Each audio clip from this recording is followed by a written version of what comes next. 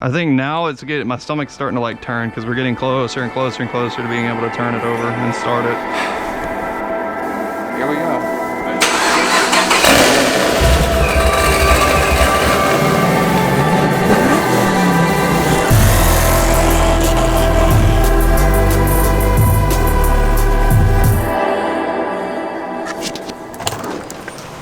It's almost like every time something good happens, it starts raining, huh? Pretty crazy. Today, we're gonna be starting up the Camaro with its new Procharged setup. Oh God, let me fix my hair, hang on.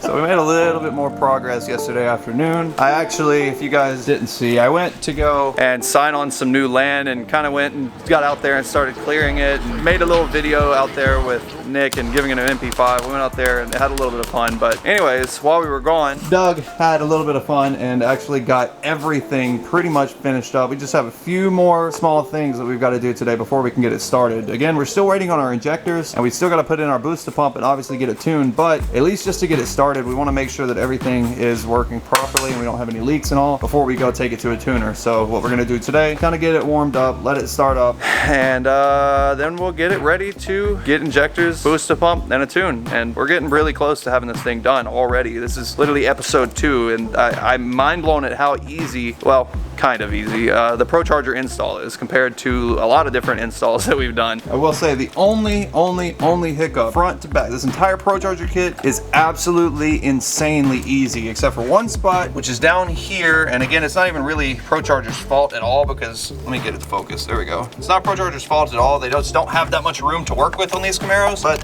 this little spot here is really difficult to get the intercooler piping through, but again, that's neither here nor there. Regardless, this is an, well, that is true, it is right there, I guess, so it is here. But anyways, no, the Procharger kit has been absolutely fantastic. It's been a really pleasant install, especially on this car, and I'm really excited because, like I said, this is something that I've wanted to do for so freaking long now, and just now I'm getting to where we can do it. So let me go ahead and strap the GoPro up, and let's get started finishing up the last final steps of this Procharger install. Hopefully we'll get a first start for you guys today. It should sound absolutely sick. Whew, it's gonna be tight, fit an air filter in there. Wow. Where we left off last time, I just want to show you guys real quick. We had to get this windshield reservoir installed, so the wiper reservoir is now installed again. We've got a much smaller reservoir, but no problem. Obviously, we had to go to this smaller one to be able to fit our intercooler piping down through the fender down here, which, as you see, it's fit real nicely. Also, if you see here, there's now a bracket right here up against this strut tower, and that bracket basically relocates this battery terminal back a little bit, but also clearances a little bit more and removes a factory bracket that was there to allow us to fit our intake, which I'll show you in just a second how that's going to work. But let me come over here and I'll show you. This was the factory bracket that we took off, and as you guys know, this is kind of like a wall where I keep a lot of the parts from past vehicles and things like that. So I don't know why, but this is the part that we're going to save for that, so stick it up there. Also, aside from that bracket, I think the biggest thing, which you'll notice up front, and we actually made a post about it on Instagram. If you aren't following me on Instagram, you can go check it out. It's just 6, but intercooler mounted up front, and it looks really great. Nice thick core, pretty solid little intercooler for sure. I left the piece de resistance for you to do. The bumper? No. Oh. I left the race valve off for you, so you can put the pretty red race valve. Hey, that's actually really dope. Thank you. Anyways, like I said, we're wrapping up the last little few steps right now. Doug's getting the air filter installed. We've got our race port here, which is essentially just a very large blow-off valve. And this is pretty much where all of that sick Procharger sound comes from. So we'll get that installed in just a minute too. Throw this over here. Let's see what else we've got still. Oh, here it is. So this is the race valve hardware bag. We don't need this PCV. We're deleting PCV off of this car anyway, so holy cow, son. That's a very massive intake. Dang. Pretty much how it's gonna sit. Wow. Let's throw this away. Keep our bolts down there. Empty oil. I'm just set all this out here out of the way for now. Here's the O-ring you were talking about. Yep. Vacuum block, 2 ports on it. Yep. Right. What's up, dude? What's up, dude? Check that out. Put some of this stuff up down here. Dang, that's a nice looking filter. Hard lines for our vacuum and boost lines. That is a massive. Wow. So let me show you guys real quick how this works in case you're confused. So there's an O-ring that slips inside of here. Obviously, this is the intercooler piping. This is pre-intercooler, which is pretty much where you'll probably see the majority of the boost. So what happens, you put that on there, just like so. You hook up some vacuum lines, and long story short, once it sees X amount of boost, it will open up and allow the boost to bypass. So on decel or things like that, instead of whenever the engine is no longer wide open, which the throttle body is no longer open, it starts to close between shifts, things like that. Obviously that boost has to go somewhere. If it wasn't for some bypass valve of a sort, it would either blow an intake coupler or who knows, I don't know. So bypass valve basically allows that boost pressure to escape on decel between shifts, things like that. So anyways, that is pretty much the purpose for the bypass valve. And it fits nicely in there, and this thing is so insanely loud. I cannot wait to show you guys, but obviously it won't be today, but it'll be at some point. You'll be able to hear this thing in the future, and it sounds nasty, like absolutely wicked. Roll dough, homie. Yep. Oh, yep, perfect. I need to redo these lights before we put the whole bumper and everything back together. That's whatever fine. though. We can do a first start. Do you want some grease to help set that O-ring in there? Sweet. Oh, lovely, thanks. Let's get this thing mounted up. We got the O-ring on. All right, so it is mounted now. Just gotta tighten up all these bolts. We've got our bypass valve in place. As you see, we've got our air line that Doug just ran through here. We'll be able to hook it up right here to our valve. And it runs all the way back up to here to our vacuum distribution block, which obviously is a kind of like a check valve, I believe, or is it not in this? No, it has a check valve built into the Down in the, valve. okay, yeah, that's what I was gonna say. I didn't know if it was in there. Unless we're going like really crazy boost, it should be able to limit how much. Okay, cool. Well, anyways, our vacuum distribution block is there. Whenever we go to a boost controller, well, not a boost controller, sorry, a boost valve, I cannot talk, dude, a boost gauge, we'll be able to hook it up right into here, run it into the cab of the car, and have accurate boost pressure. So super simple. I think now it's getting, my stomach's starting to like turn because we're getting closer and closer and closer to being able to turn it over and start it. Now that the vacuum distribution block, boost block, whatever you want to call it, is installed, we can get our air filter back on and tighten up all of our clamps here. After that, unless I'm mistaken, we should be good to give it a first start. AC. Oh, AC belt, yep. Thank you. So last thing, Doug's right, we have this AC belt down here on the crank. I'll go ahead and slip it onto the compressor. This is going to be probably impossible to see on camera, but way down here the compressor is loose from whenever we were getting ready to install everything, and this is a slip fit belt, so there's no tensioner, so we loosened up the compressor to be able to get our new crank pulley put on and all. So come on, you little bastard, come on now. Oh yes sir, this one's gonna be a fun one. 2 hours later. All right.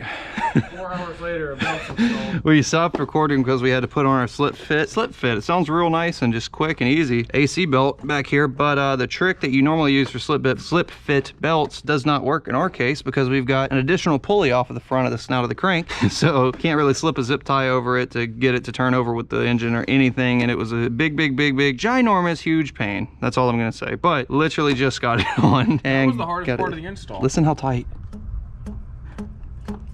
So at this point, what we can do is go through a checklist, figure out and make sure that we did every single thing. So before we start it up, we make sure that there's nothing that is going to go wrong once we start it. By the way, don't comment telling me I need to repaint the throttle body and everything, because I already know. It's just, we're going to save that for after the car is good. Yeah, we're gonna get it tuned and then pull it back. Yeah, and we'll pull it off and get it all repainted at that point. But now is not the time. Everything's fighting us, so we're just trying to get this thing running. So we're gonna do a little checklist, and then I guess next thing that all you good people will see is some Zoo22 wrap things. Zoo22. So belt. All 3 belts are on and routed properly. Power steering's good. Yeah, I don't know why it wouldn't be.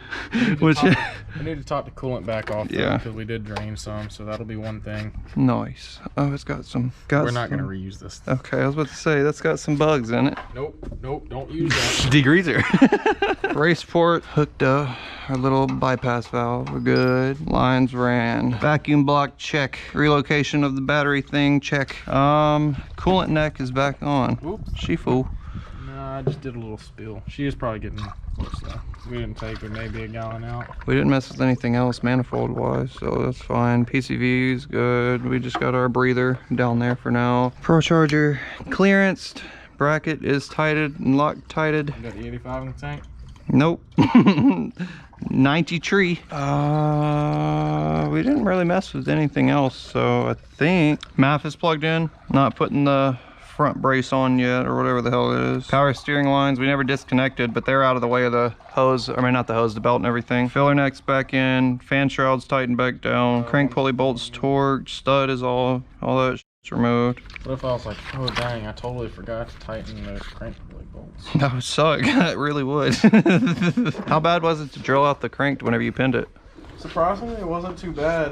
Did that drill bit they gave us? Yeah. It really wasn't terrible at all, honestly. Alternator bolts are obviously tight. I saw already that you had the belt tensioned properly, so that's good. Intercooler's mounted. I saw you zip tied the oil tube or oil line out of the way on the passenger side too. Intercooler's in, piping is in. The coolant hose is all in at the top, and that bottom line down there is back in as well. Windshield reservoir bracket is installed with the wiper reservoir. This car already had PCV removed anyway, so that's all out of the way. So that's all in and tightened down properly with clamp. This is all fuel system, fuel pump booster and all that. So reinstall the factory engine cover. Absolutely not. Congratulations, you have completed the installation of your new Procharger supercharger system. Read the following pages. Cold starting. Never race your engine and Procharger when your engine is cold. Really? For best performance and reliability, use premium grade fuel, 91 octane or higher. 87's where it's at. 85.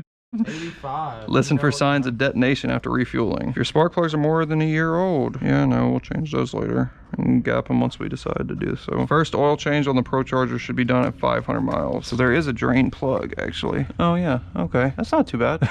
You're gonna laugh with how actually funny, easy it is to see. That's gonna be the easiest thing on the whole entire thing so far. And you said it is full of oil, so other than that, we're good to start this thing. Hey dude, can you swing over here real quick next door and come hold this camera to film this first start? Yeah. All right, bet. Well, we're not gonna be able to give it literally any throttle at all because like me and Doug just now discussed, this car is tuned for a very spicy NA map, and we've got even a slight bit of boost even at idle, which at idle it doesn't really matter, but anything acceleration wise, any kind of throttle is probably gonna be a bad idea. So we're not gonna do that today, but what we are gonna do is finally start this thing up, get the first start, and let it idle for a second while we let the thermostat open up probably and bleed the coolant a little bit more. So, here we go. I'm nervous, man. Oh, you good. Don't cry. Ready? Don't cry.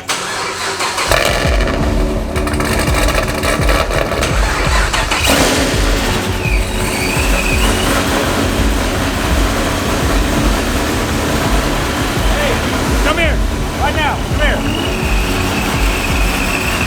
Oh, Put your hand right there. look at this.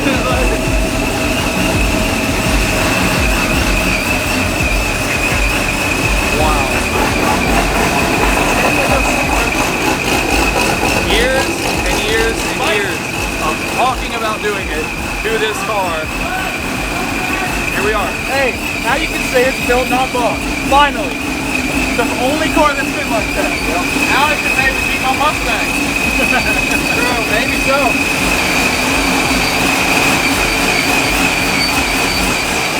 By the way, guys, I want to give a huge thanks to Procharger and to Lethal Performance. Anything that you need for your car, lethalperformance.com. Use code It's Just a Six at checkout. Save a ton of money on your next round of mods.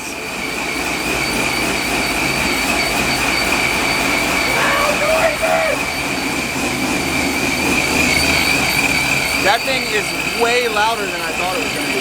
Pull up to races and tell people you just need to change the belt. Yeah. You just need a belt change. Like, bro, my belt's been acting up. I don't know, it's squeaky, but I'll race you for $100. If it throws the belt off, sorry, but we'll take the risk. I hope it doesn't throw that No, not that one, not that one. Dude, we spent like 2.5 hours trying to get one AC belt on. Really? There's no idler or there's no tensioner on it. Actually, what time is it? Almost 2 hours. Almost 2 hours. What is that? Food? Look like it. Can we shut the hood real quick? I just want to hear what it sounds like with the hood closed. I'm just oddly curious. Nope. It's not too loud. It's a little quiet. You can hear it. You can see it. It's not too loud. You can see it?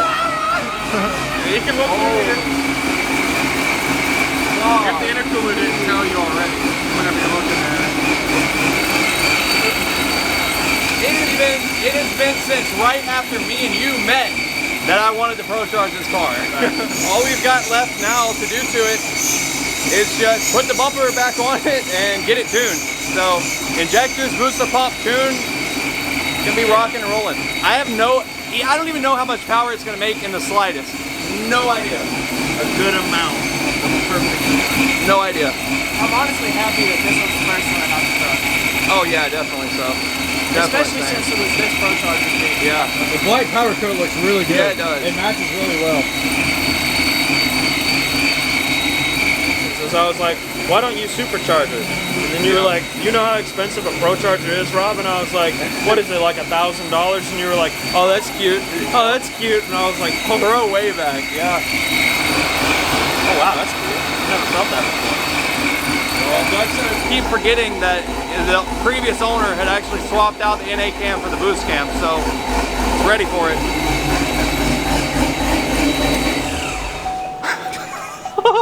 That was cool. That's crazy. Well, that was successful. That was really successful, and I think it's highly part to the fact that Procharger has an entire manual step-by-step on how to do this with colored pictures and everything. So Procharger, thank you guys so much. Lethal Performance, obviously, guys, Logan over there, I really appreciate you guys more than anything else. I appreciate it. This is gonna be sick. So like I said, last thing that we're waiting on is the injectors to come in. We were gonna wait until we got the injectors and do the stuff on the Viper first, but we were a little bit impatient. Well, I was a little bit impatient, and I just really wanted to see this thing come to life. And so it runs, it drives, we could at least move it around the parking lot. And so once the injectors, boost to pump come in, we'll slap it all together, take it to a tune shop, and it'll be ready to rock and roll and hopefully make some power. So Usually it's the other way around. There you go. Oh, there we go. Oh, we get a pro hug. yeah, all right. But It's making my lethal shirt dirty, bro. I can't even believe this. This is so weird. Like I said, we keep laughing because it was probably 3.5, no, it's longer than that. It was probably about 4.5 years ago that me and Doug were sitting in Canes in Lake Charles laughing about the stuff that I was gonna do to my car, the stuff that he was gonna do to his car to keep trying to outdo each other. Now he's got his car on nitrous and this thing is Procharged. At the time too, me and him, I know at least, I never would have thought that years later we would be Procharging this car together. So that is pretty cool.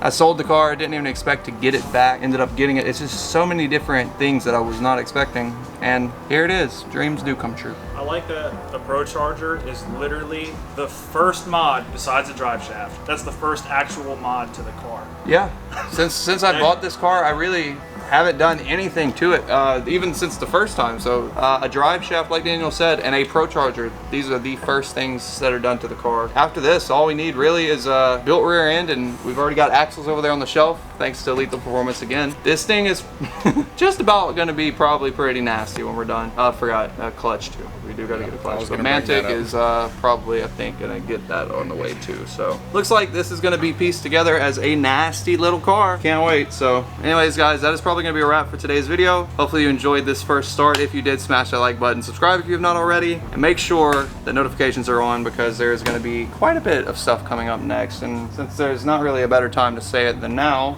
the Viper's getting cammed. So you'll see that next. Until next time.